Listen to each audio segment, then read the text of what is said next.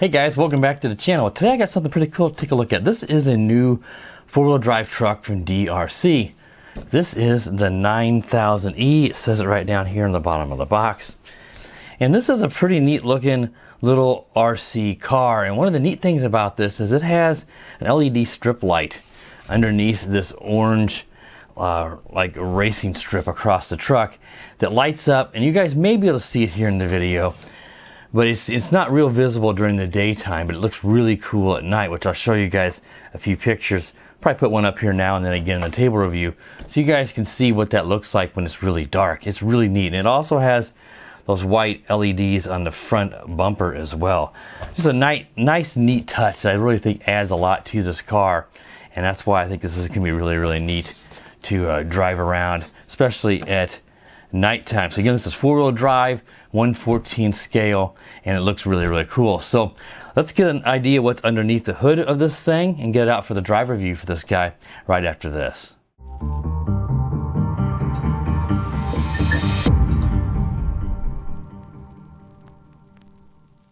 Alright guys, let's take a closer look at the truck and then we'll get it on outside for the drive review that you guys want to see most of all.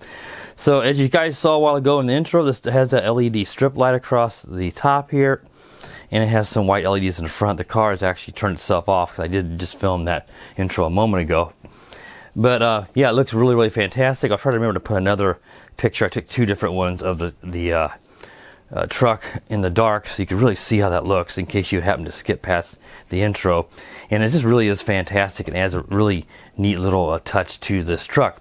So let's go ahead and take a look at underneath the truck, and we'll take a look at the accessories and the controller, and we'll get it outside for the driver view. Let's take a quick look at the box just to show some of the specifications on this guy. And right here they list it right on the top, so that should be easy enough to see.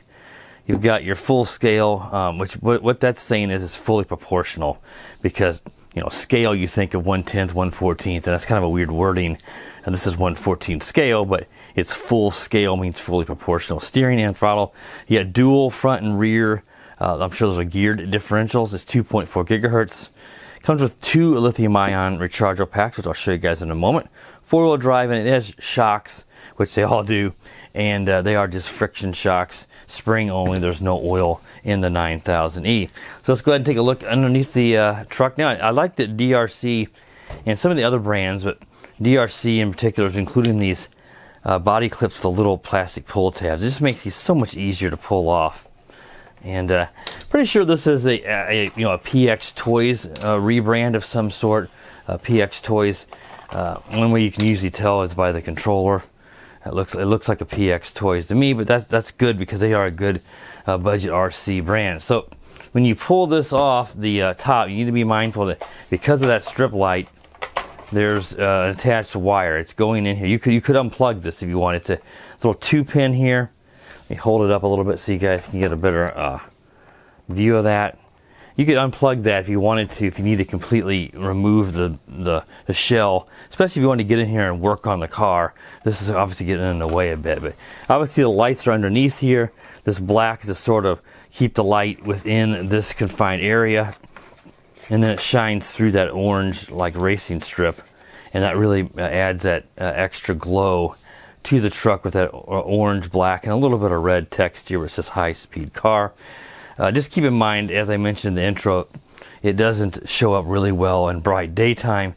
You want to drive it in low light or nighttime to actually get to show up. So you've got a Dean's plug here, and I'll show you the battery over here. But this battery compartment, I'll show you the spare battery, but I'll show you the one in there as well. You have to pull these tabs up, and it's sometimes hard to get a hold of it, and then you can pop it open. It's kind of a unique side-loading battery compartment. There's a 2S lithium-ion pack in there, and then you have to route the wires through this little gap, and then you bring it up. That allows you to close it, and then you can plug it in. And they give you two of those batteries. As you can see, I got another spare one in the pack here, in this bag, I should say. This is a 1500 milliamp hour. I don't know if I can hold up a little better now. You guys should be able to see a 1500 milliamp hour there. And it takes a little while with the provided charger, which I'll show you guys in a moment. But of course, I use a hobby grade charger because it's a much faster charge and it may be a more accurate charge using that. Might as well go ahead and show it to you now while we're discussing it. They give you this plastic, it's one of these bags inside of a pull string bag.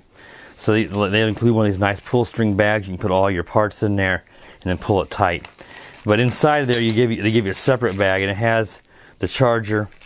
It's just a USB charger. It looks like there's just one, so you can only charge one at a time. And then they give you a Phillips screwdriver in here, and they give you one of those 4-way wrenches as well in here, I believe. Let's just go ahead and rip it open because it's hard to see through that bag. I just didn't necessarily want to get the bag open, but let's make sure I'm not telling you guys any incorrect information here. You get your charger, and then there are probably some body clips or something. Let me pour it out in my hand, and that's what I thought. You got your Phillips screwdriver, a 4-way metal, a nicest metal. Some places will use a plastic one. You're like your 4-way wheel wrench, and then a little bag with some extra nuts, and the little pin with the nut that goes inside the wheel that actually drives the wheels. And that's nice because if you would lose or break one of those, it's nice that they actually give you 2 of these, because all 4 wheels are going to use one of those. And then you got some extra body clips because, you know, you lose those, you take them off, you knock it off on the floor, or sometimes they will come off while you're driving, and that's unfortunate. I don't think these have the little pull tabs, unfortunately. And there's also some extra screws in there that I don't know exactly offhand where those actually go. I'm sure it's something that's, you know, it might be for the turnbuckles or something that might come off more easily. So that is all the stuff that comes with it, along with the instruction manual. But yeah, it has it uses a 5-wire servo. So unfortunately, it's not a standard one, but it's fine for this guy, and it is proportional, as I mentioned earlier. You just have plastic turnbuckles. Pretty sure it's got full ball bearings. The tires are just air-filled, which you guys may hear there. So there's no foam, but they're a nice rubber compound. They're rather wide, so I'll give you plenty of traction. Again, these are just friction spring-only shocks. You can usually tell that when there's a screw on top of the cap there. That's kind of a giveaway that it is not an oil-filled. As you guys can see, it's pretty bouncy. Not horrible, but it's not going to dampen as well as oil-filled. It's going to recoil or bounce up really, really quickly on this guy. Your ESC is sort of this, the power comes in here, and there's a capacitor and stuff. It's all inside of here is where your ESC is, and then this of course is your receiver, and your power button is this button right here, which I can hold. You hold it down, and now it's blinking because it wants to bind with the controller. When you just tap it, it starts to light up, but it won't turn on unless you hold it for like a second on that guy. Again, it's got front and rear gearboxes. They're both metal differentials, and your dog bones are also metal here, which hopefully that'll show up right in here. So that's good because that's where a lot of torque's being applied. Plastic dog bones, which, you know, to me it was bad about putting those on their budget kits years ago, are very prone to breaking.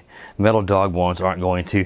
Your biggest, you know, your A-arms and stuff are all made of a composite plastic. Your biggest probably concern would be breaking one of the plastic turnbuckles, hitting something really hard.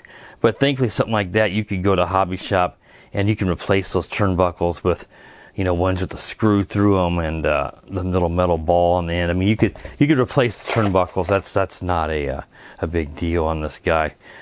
So it seems like it's got a pretty nice bumper as well on the front, so you can absorb some good impact. And it's got a rear bumper as well right there. So overall, seems like a pretty good car. I have not driven it yet, so I couldn't tell you if it's super fast. I imagine it's going to be decent speed. In terms of the motor, you can't really see it in here. It looks like it's enclosed, but I'm sure this is going to be a 390. Pretty sure this would be a 390 size brushed motor. I don't hold me exactly to it because I don't think they actually say it anywhere.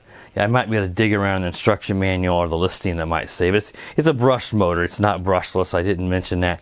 I sort of figured that was sort of implied, but we're seeing more and more brushless stuff out there, and in these budget class. So it's not uncommon, but it's still more common to have a brushed motor in something at this size and this price point, which just mentioning that, there'll be a purchase link down in the video description if you are interested in this. But let's wait until we get out and drive it and make sure that everything works good and we like it. And then, of course, I'll give you an idea at the end of the video, whether a thumbs up recommended or a thumbs down.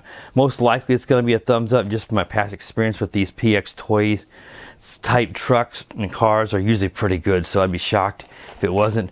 So if you're interested in this at the end of the video and we like it, then be sure to check the video description and the pinned comment. I'll include a purchase link, and if I have any coupons from DRC, which they're usually really good about giving me those, I may have to reach out and get one. Usually can knock some extra price off this, but if I don't have one, then also check the Amazon listing for any clippable coupons where you check a box and get 5-10% off or a preset price. They do that quite a bit. I can't tell you if that's the case on this because DRC was kind enough to send this out to me for review. All right, guys, that should wrap up the intro and table review. Let's get outside now for that driver review and see how this guy goes. So I'll be right back. All right, guys, let's take the DEERC 9000E for its test drive now. As you can see, it is powered on, little white lights on my hand, but the red strip, you know, is not really noticeable, as I mentioned before, during the daytime. But as you guys saw in a few of the still pictures I took, it is very neat at night. But you know, I can't really do a drive review at night with something like this. All you'd see is the stripes, and you wouldn't really see what it could do. So it doesn't work very well for review, but obviously it will look really cool for you guys if you're interested in buying this. Let's go ahead and take it out here and see how it goes. I got it all bound up and it's ready to go, so let's go ahead and throw it down and we'll drive it around here in my favorite place here in the backyard. Seems to have pretty good power. I mean, it is just a little brush motor. I think it's a 390. Again, this is 1/14 scale, so it's, you know, it's intermediate size. This would be really good probably for somebody's, you know, first or second RC car. So I can already tell, I mean, I don't think we're gonna have any problems. Says something weird, so I was pretty confident on this vehicle because this is a PX Toys. So, whoa, we rolled over. I want to do a little, you know, handling there to see how it handled. And it did roll over, but you know, all RC cars are gonna do that. But I do like the look of this. I think it looks really cool, and I like the wide tires. That's going to help your traction. Might slow it down a hair, but it's going to help your traction overall. Look at that. I had taken my hand off the steering, and it got this momentum going. It was doing donuts there, even though I wasn't actually even holding the steering. I've never seen that happen before. That's actually pretty neat. With it being four-wheel drive, you know, it can still, it gets enough, loses enough of its traction. The wheels are spinning in circles, even though it's four-wheel drive. When you're turning like that, you can still do donuts. It's just easier to do that, obviously, on a two-wheel drive, or a rear-wheel drive, I should say, than a four-wheel drive. Here's a puddle of water. I drove this puddle. We had so much rain recently. This puddle was really good for that crawler, but I'm not going to drive this through it right now. I mean, I could. I'm not worried. What I get is I'm not worried about it. I have no doubt I can do it. It's just going to really get it filthy. And then I don't want to bring it in my house. Wife will yell, so I'll have to leave it outside in the garage to dry. But I have no concerns. Absolutely can go through that water. And I really should do it. Maybe I will. I don't want to have to take it inside all dirty. But hey, they're RC cars, that's what they're made for. I'll probably take it through as we come back. I know Robbie, if I don't, Robbie over at Begging for a Buck RC is gonna be on my butt for not taking it through. That's what you guys want to see.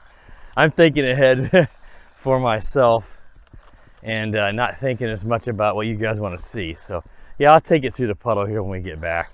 I want to take it down here where I do my jumps, because obviously, you know, there's this nice cemetery here, if you want to call a cemetery nice, and you know, I don't drive my stuff in the cemetery ever. I stay on this road because that's obviously that's just not right. But this section right here used to be a big tree. There's no gravestones or nothing right here. So I do just take it right here where I can do a few jumps and I'm still away from the gravestones and stuff. But this makes a nice ramp here. So if you've not seen my channel before, you know, I used to live somewhere else, but since I moved here in the last year, I like to take my RC cars back here, and just recently I realized I had this pretty nice ramp here.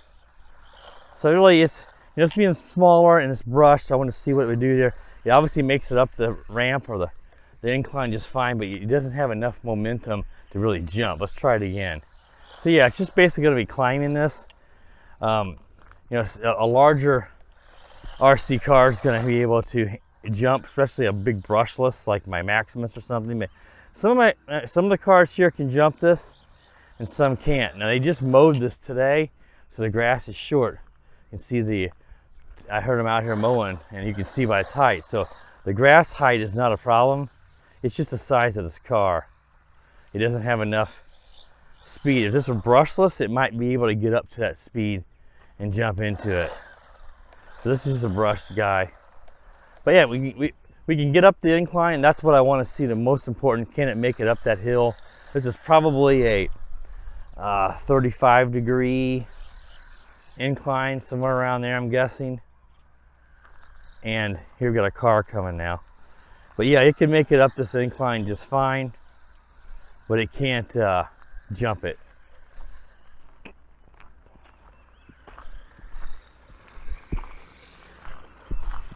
Got a car coming behind me, so I'm moving over here. But yeah, I can't jump it. That's not surprising. Let's see if we can take it down around here.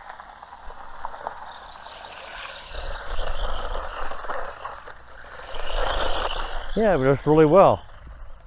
So when you get out of the way for that car, they're going up to either up to the end of the cemetery, or they're going up to that old farmhouse that lives at the end of this lane.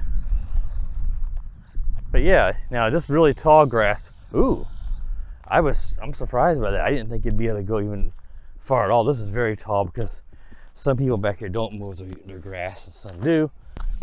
And that's not been mowed, so that's not going to be able to make it up there through that tall grass. Yeah, this is a cool little truck. Almost, you know, it almost looks like a truggy, mixed between a truck and a buggy.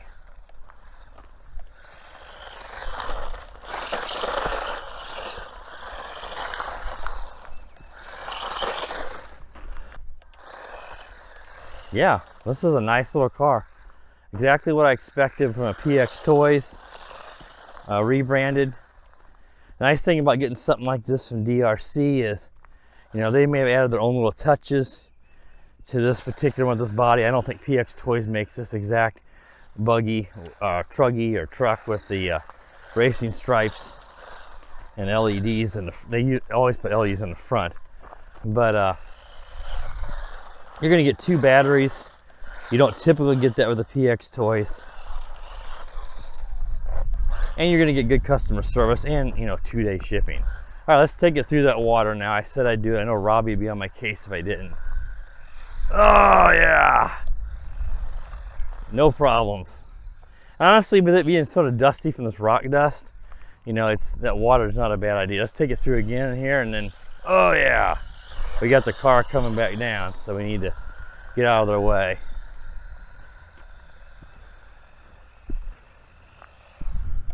Yeah, that worked really well. And actually, it may not be so bad. If you drive a little bit afterwards here, then we can get some of that water off of it.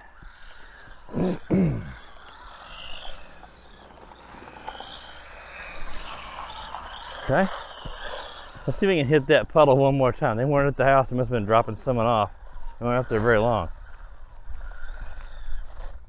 Let's wait till I get caught up so we can get a better shot of that going through the water. I did get the steering trimmed up a little bit earlier before I started the video, so hopefully it's not. It feels like it might be pulling a bit to the right there. Sometimes these cars, the steering servos are not going to be super high quality compared to a hobby grade. Oh yeah, and you know, they can get a little out of whack. So you can fix the steering. You may have to trim the steering again later on. So, and another thing that's happening there too is, you know, it's losing some traction on the rocks, and that's causing it to pull. Let's get it up close, and then, it's harder than you think to hit that puddle just because it's losing traction. Oh, there we go, on those rocks. I'm gonna try to get it from this way. Oh yeah! That actually is pretty darn cool. You know, these ready to runs like this, I bash a little harder than my kit cars. I wouldn't want to drive my new Evo I just built, the Top Force Evo, through that little puddle. You can do it, but you know, I like to keep those things looking great. A little car like this, a little basher, you know, it's more fun just to get it all dirty.